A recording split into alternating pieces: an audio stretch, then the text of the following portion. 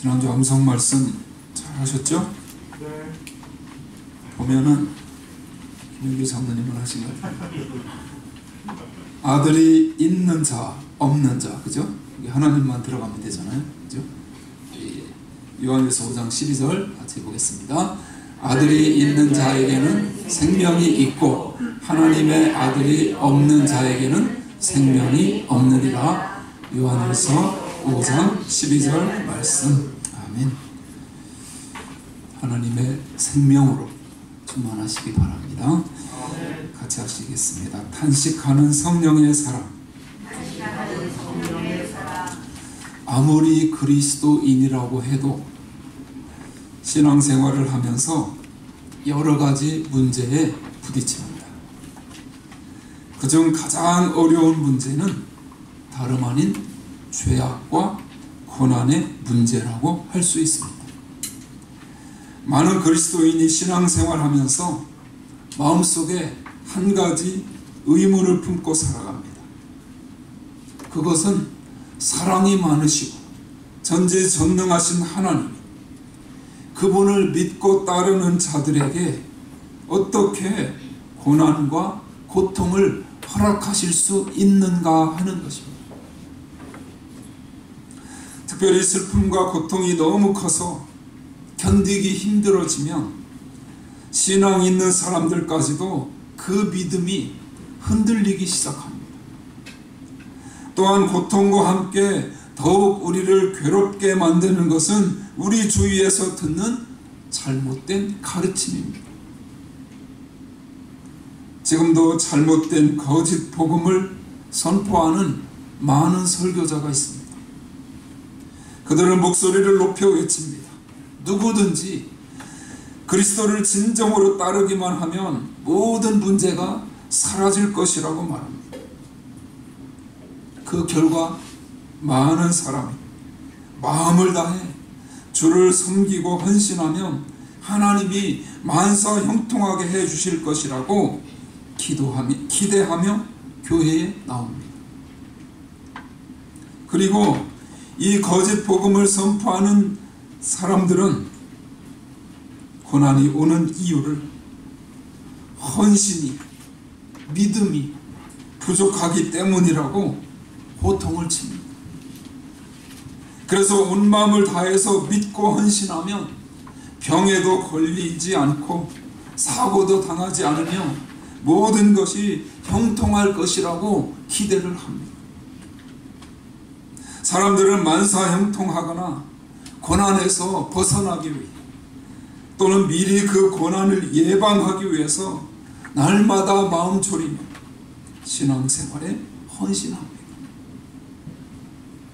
하지만 그 결과는 자신과 하나님에 대한 실망뿐입니다. 자신에 대해 실망하는 사람은 고난이 찾아오면 자신의 헌신이 부족한 것을 탓합니다. 그리고 과거에 잘못한 것을 떠올리며 죄의식에 사로잡힙니다. 또한 하나님께 실망하는 사람은 자신이 그래도 이렇게 헌신했는데, 충성을 다했는데 어떻게 하나님이 이러실 수 있는가? 그분께 서운한 마음을 품은 채 하루하루 힘겹게 살아갑니다. 여러분, 우리가 왜 이 땅에서 고통을 당해야 할까요? 왜 하나님을 사랑하고 헌신하는 사람들조차 탄식의 터널을 지나야 하는 것일까요? 오늘 본문에는 이 질문에 대한 중요한 답이 나와 있습니다. 그것은 탄식이라는 답입니다. 세 가지 대상의 탄식이 등장합니다. 이 세 가지 대상을 잘 살펴보면 고통에 대한 오해를 벗어버릴 수 있을 뿐 아니라 우리의 신앙생활에 많은 유익을 얻을 수 있습니다. 먼저 피조물의 탄식이 있습니다. 22절 말씀 본문 같이 읽습니다. 피조물이 다 이제까지 함께 탄식하며 함께 고통을 겪고 있는 것을 우리가 아느니라. 피조물이 무엇인가요? 우리가 아는 대로 이 세상의 모든 것, 즉 자연계를 말합니다. 그런데 사도 바울은 우리가 살고 있는 이 자연계가 탄식하며 고통 속에 있다고 말합니다. 무슨 뜻인가요? 우리는 창세기를 통해서 이 말의 뜻을 발견할 수 있습니다. 창세기는 우리에게 이 세상이 어떻게 생겼는지에 대해 이야기를 들려줍니다. 하나님은 이 세상을 매우 아름답게 지으셨습니다. 하나님이 창조하신 처음 세상은 분명히 고통과는 거리가 멀었습니다. 하나님은 그분이 창조하신 이 자연계가 얼마나 아름다운지 참 좋다고, 너무 좋다고 그렇게 말씀하시며 감탄을 거듭하셨습니다. 그리고 놀랍게도 하나님은 사람에게 완벽한 자연계를 전부 다 잘 다스리라고 맡기셨습니다. 그러나 그 후에 사람들은 진리를 거짓으로 바꾸었습니다. 그리고 하나님이 주신 유업을 팔아서 스스로 죄의 노예가 되고 말았습니다. 그로 인해 하나님이 지으신 그 아름다운 땅에 질병과 재난과 부패와 죽음이 찾아오고 말았습니다. 이처럼 우리에게 일어나는 불행한 일들은 처음부터 하나님이 원하셨던 일이 아닙니다. 그분은 우리의 몸이 질병으로 힘들어하거나 악을 바라도록 만들지 않으셨습니다. 하나님은 우리가 그분을 경배하며 그분으로 인해 기뻐하도록 우리를 창조하셨습니다. 그래서 죽음은 하나님의 창조 행위에 대한 최고의 모욕입니다. 또한 하나님의 권위에 대한 최대의 매국입니다. 그렇다면 그 모든 고통은 누구로부터 시작된 것인가요? 바로 사람입니다. 사람의 죄가 얼마나 심각했던지 이 자연계에도 영향을 미쳤습니다. 사람이 타락할 때 피조물도 함께 타락했습니다. 사람이 정죄받을 때 피조물, 자연계도 함께 정죄받았습니다. 하나님의 말씀입니다. 20절을 한번 같이 읽어보실까요? 피조물이 허무한데 굴복하는 것은 자기 뜻이 아니요 오직 굴복하게 하시는 이로 말미암음이라. 그러면 피조물이 허무한데 굴복했다는 것은 무슨 뜻인가요? 여기에서 허무함은 다른 서신들을 살펴보면 허망함이라고 나와 있습니다. 무질서하게 된 것을 말하죠. 본래 목적과 의도에서 완전히 벗어나서 엉뚱한 길로, 정말 가야 할 길로 가지 않고 엉뚱한 길로 가고 있는 것을 뜻합니다. 지금의 자연계는 이 허무함이 지배하게 되었다고 말씀합니다. 그렇다면 자연은 왜 이렇게 허무하게 된 것인가? 그 이유를 말씀은 이렇게 전합니다. 오직 굴복하게 하시는 이로 말미암음이라. 바로 자연계는 제멋대로 허무해진 것이 아니라 굴복하게 하시는 이로 말미암아 그렇게 된 것입니다. 여기서 굴복하게 하시는 이가 누구인가? 아담도 아니고 사탄도 아니고 바로 하나님이십니다. 하나님은 그분이 만드신 자연을 허무함에 굴복시키셨습니다. 분명히 이유가 있겠죠. 아담이 죄를 범한 이후 하나님은 아담을 찾아와 그를 벌하시며 이렇게 말씀하셨습니다. 창세기 3장 17절, 창세기 3장 17절 같이 읽습니다. 아담에게 이르시되 내가 내 아내의 말을 듣고 내가 네게 먹지 말라 한 나무의 열매를 먹었은즉 땅은 너로 말미암아 저주를 받고 너는 내 평생에 수고하여야 그 소산을 먹으리라. 여러분, 왜 우리는 수고의 땀을 흘려야 하나요? 왜 이렇게도 사는 게 힘든가요? 그것은 자연계가 허무함에 굴복했기 때문입니다. 그리고 그 자연계의 허무함에 굴복하게 만든 원인 제공자는 바로 사람입니다. 그래서 하나님은 사람을 벌하시며 자연까지 허무함에 굴복시키셨습니다. 이렇게 자연이 허무함에 굴복하면서 결국 그 땅을 다스리며 살던 사람이 더욱 고통을 받게 된 것입니다. 그러므로 우리가 고통당할 때 그 고난이 하나님의 벌이라고 섣불리 추측하지 마시기 바랍니다. 우리가 당하는 고난에 대해서 주님이 우리를 버리셨다는 그 증거라고 함부로 판단하면 안 됩니다. 그런 면에서 고난은 우리가 이 땅을 사는 동안 피할 수 없습니다. 여러분, 믿음 좋은 사람이 암에 걸릴 수 있나요? 성경은 그렇다고 말합니다. 헌신적인 사람에게 사고가 찾아올 수 있나요? 이 또한 마찬가지입니다.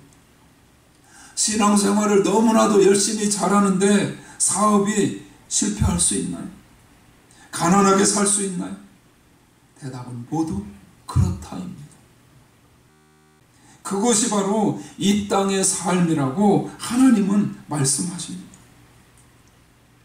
또한 그것이 이 땅에 있는 동안 저와 여러분이 걸어야 할 길임을 우리는 마음에 새겨야 할 것입니다. 또한 본문에는 피조물의 탄식과 함께 성도들의 탄식도 등장합니다.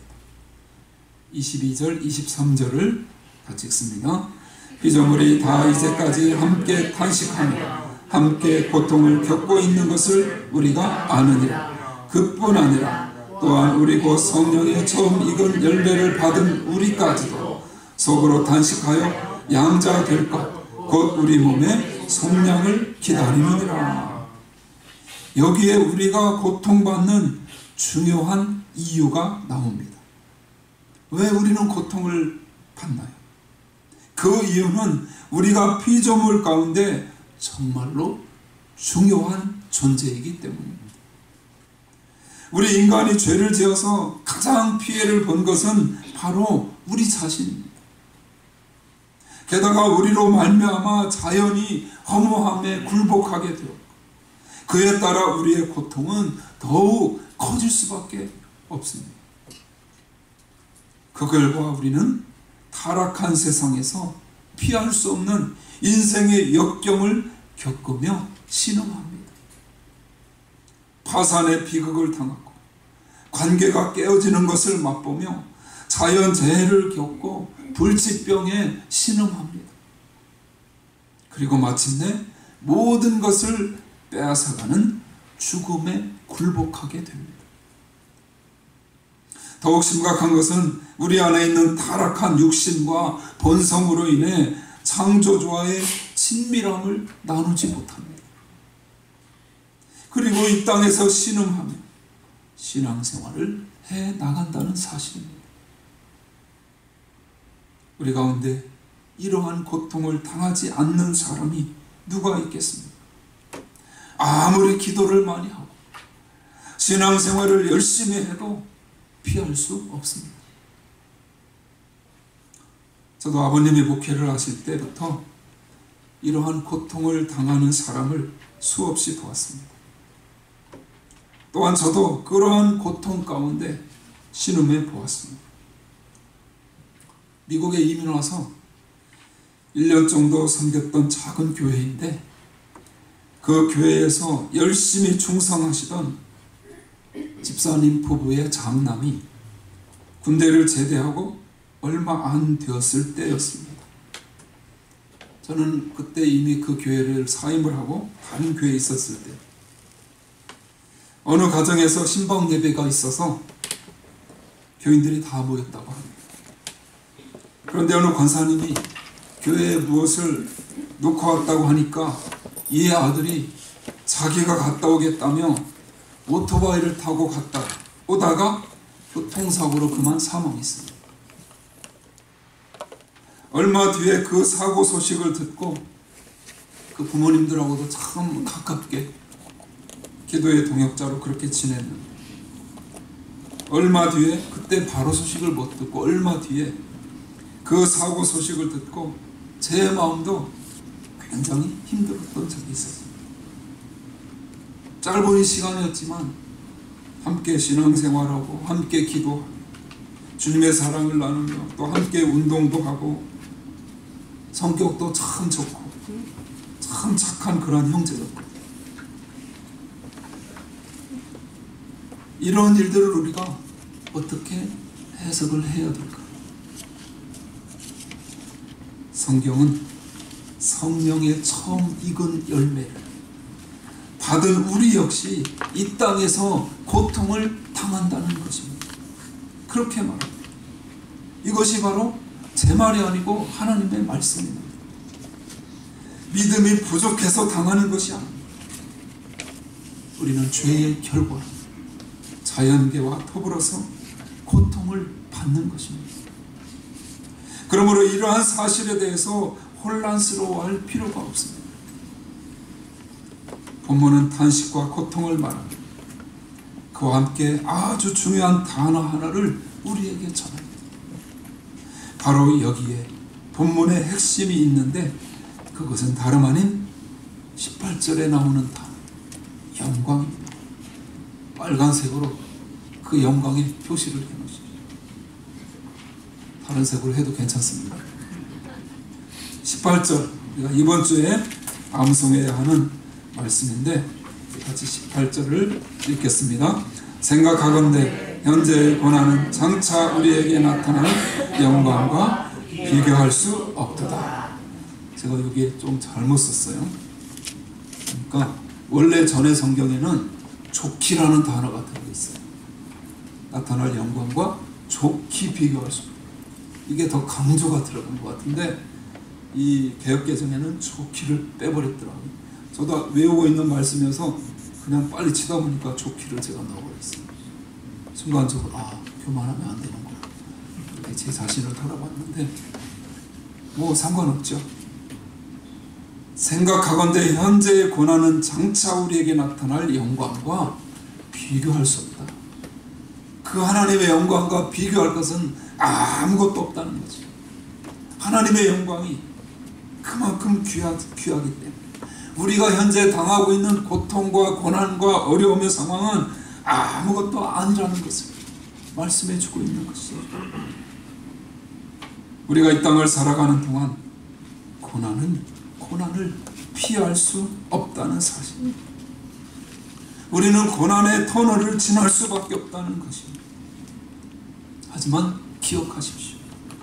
우리의 고난은 무조건적이 아니라는 사실. 하나님은 결코 악에게 지지 않는 분이십니다. 비록 죄를 벌하기 위해 피조물을 허무함에 굴복하게 하셨지만 그것이 끝은 아닙니다. 하나님은 자연계와 우리를 고난에서 해방시키신다고 말씀하셨습니다.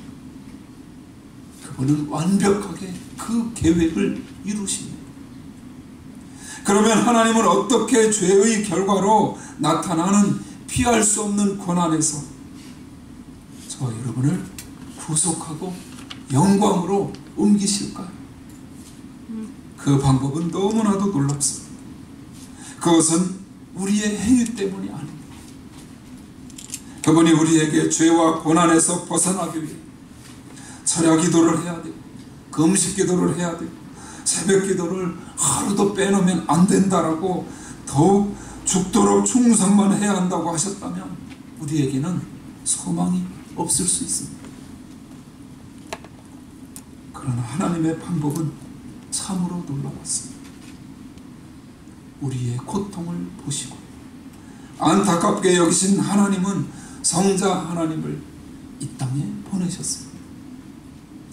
그래서 독생자 예수 그리스도 갈보리 십자가 위에서 죄의 결과로 우리가 받아야 할 모든 죄값을 담당하셨습니다. 그래서 사도 바울은 외칩니다. 우리가 지지난주 동안 암송한 말씀 8장 1절 말씀 로마서 8장 1절 다 암송하고 계시죠? 같이 해보십니다. 그러므로 이제 그리스도 예수 안에 있는 자들에게는 결코 정죄함이 없나니. 아멘. 이것이 바로 하나님의 방법입니다. 그러나 우리가 믿음으로 예수 그리스도의 은혜를 받아 하나님의 자녀가 되더라도 현재의 고난을 피할 수 없습니다. 분명히 고난을 받습니다. 하지만 그것이 전부가 아닙니다. 가까운 미래에 그 고난의 몸에서 우리는 모두 구속받게 될 줄로 믿습니다. 23절 말씀 한 번 더 같이 읽으시죠. 23절 그뿐 아니라 또한 우리 곧 성령의 처음 익은 열매를 받은 우리까지도 속으로 단식하여 양자될 것 곧 우리 몸의 성량을 기다리느니라. 우리 몸의 성량을 기다리느니라. 그래서 하나님은 24절로 25절에서 우리에게 권면해 주십니다. 24절 25절 한 번 더 읽습니다. 우리가 소망으로 구원을 얻었음에 보이는 소망이 아니니 보는 것을 누가 바라리. 만일 우리가 보지 못하는 것을 바라면 참음으로 기다리느니라. 기다릴지니라. 결국 23절도 그렇고 25절도 그렇고 발견할 수 있는 것은 결국 믿음은 기다리는 것이다. 참고 인내하는 자의 것이 믿음이다. 그렇게 우리가 깨달을 수 있지 않습니까? 여러분, 우리는 이 땅에 보이는 것을 바라는 자가 아닙니다. 믿지 않는 자보다 조금 더 갖고 병에도 덜 걸리고 안전하게 사는 것이 우리의 소망이 아닙니다. 그러므로 고난이 찾아올 때 당장 눈앞에 보이는 고난만 바라보며 낙심하지 마시기 바랍니다. 대신에 고난이 지나가면 하나님이 우리에게 주실 더 큰 기쁨과 영광을 바라며 사시기 바랍니다. 고난을 결코 포기의 신은 받아들이지 마십시오. 하나님은 언제나 승리를 주시는 분이십니다. 분명히 언젠가 이 자연계도 회복될 것입니다. 그러면 자연계는 어떻게 회복하나요? 바로 믿는 우리로 말미암아 회복됩니다. 그래서 하나님은 피조물 즉 자연계가 우리의 회복을 날마다 고대하며 기다리고 있다고 말씀하십니다. 19절 말씀 같이 읽습니다. 피조물이 고대하는 바는 하나님의 아들들이 나타나는 것이니. 여러분, 우리가 속량받고 회복될 때 자연계도 회복됩니다. 이사야 선지자는 이미 그날을 환상 가운데 예언했습니다. 어린아이가 독사굴에 손을 넣어도 물리지 않고 사자와 같이 뛰어놉니다. 병들지 않는 고난, 그런 고난 없는 자연계 속에서 우리는 병들지 않는 부활한 몸으로 살아갈 것입니다. 우리는 지금 비록 고난을 받지 장차 우리 자신뿐만 아니라 자연계도 회복시킬 놀라운 존재임을 잊지 마시기 바랍니다. 그날을 바라보며 기다리고 인내할 때 하나님이 반드시 승리의 길로 인도해 주실 줄로 믿습니다. 피조물과 성도들의 탄식과 더불어 마지막으로 성령의 탄식이 있습니다. 26절 말씀 같이 읽습니다. 이와 같이 성령도 우리의 연약함을 도우시나니 우리는 마땅히 기도할 바를 알지 못하나 오직 성령이 말할 수 없는 탄식으로 우리를 위하여 친히 간구하시느니라. 이 말씀이 오늘의 핵심 말씀입니다.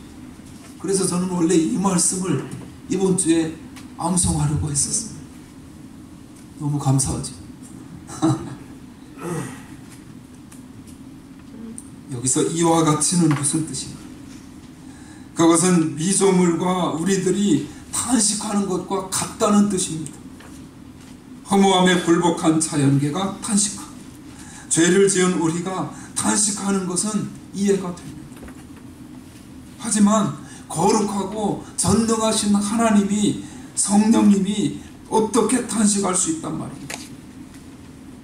우리는 이 말의 정확한 뜻을 알아요. 이것은 성령 하나님도 성자 하나님과 마찬가지로 우리의 아파하는 모습을 보시고 우리를 위해 탄식하신다는 의미입니다. 예수님은 성령을 보혜사라고 설명해 주십니다.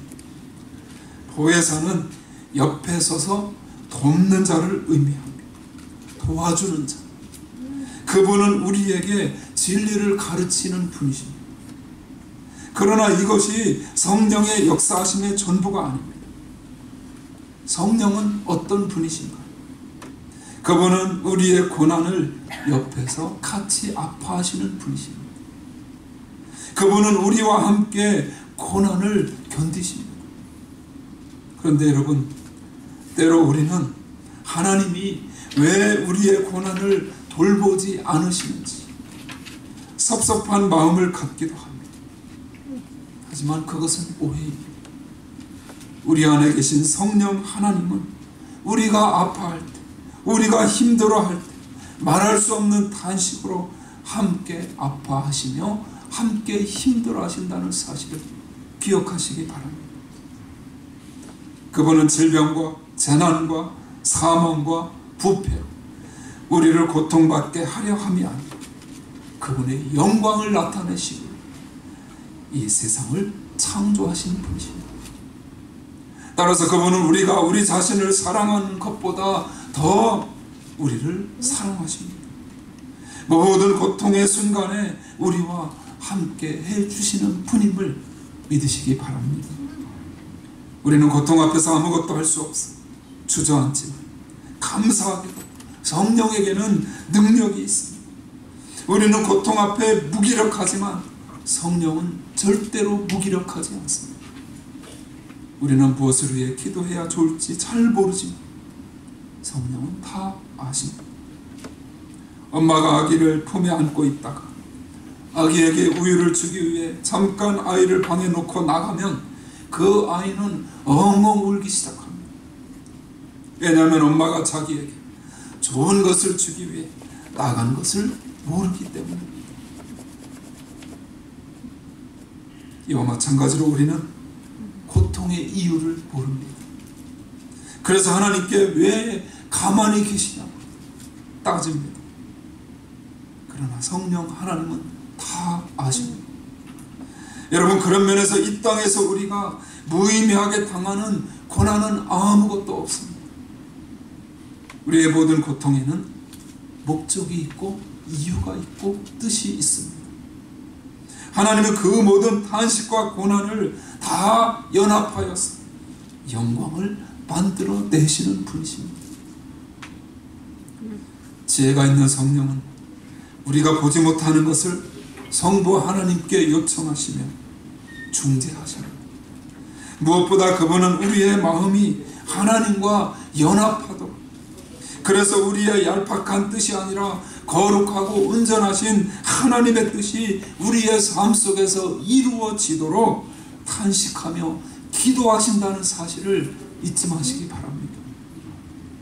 천지를 지으실 때 수면 위에 운행하셨던 그 능력의 성령, 저와 여러분과 함께 탄식하십니다.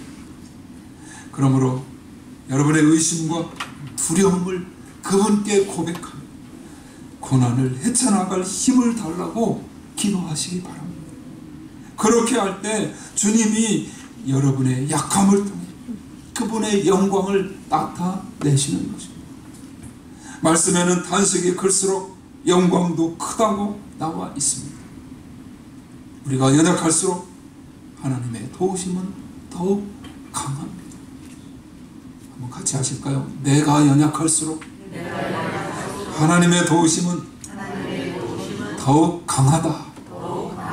이 사실을 믿으시기 바랍니다. 그래서 저는 이 찬양이 처음 나왔을 때 얼마나 좋아했는지 모릅니다. 우리가 이번에 말고 지난번 수련회 때 불렀던 곡이죠. 약할 때 강함 되신 나의 보배가 되신 주 나의 모든 것. 축도 후에 함께 한번 부르실 텐데, 우리가 약할 때 강함 되시는 그 하나님이 내 보배가 되시고 나의 모든 것이 되신다는 말씀. 이 정말 우리가 날마다 찬양하며 고백해야 되는 사실 아닌가. 사랑하는 여러분, 하나님은 우리의 모든 것이 되는 분이십니다. 우리의 모든 고난을 영광으로 바꾸는 분이십니다. 그리고 그 짧은 고난의 순간에 우리가 탄식할 때 함께 탄식하는 분이십니다. 하나님은 우리 자신보다 우리를 더 사랑하는 분이십니다. 그 하나님을 믿고 의지하며 어떤 고난의 골짜기라도 다 건너가게 되시기를 바랍니다. 그리하여 고난을 승리로 바꾸는 저와 여러분 모두가 되시기를 주님의 이름으로 축원합니다.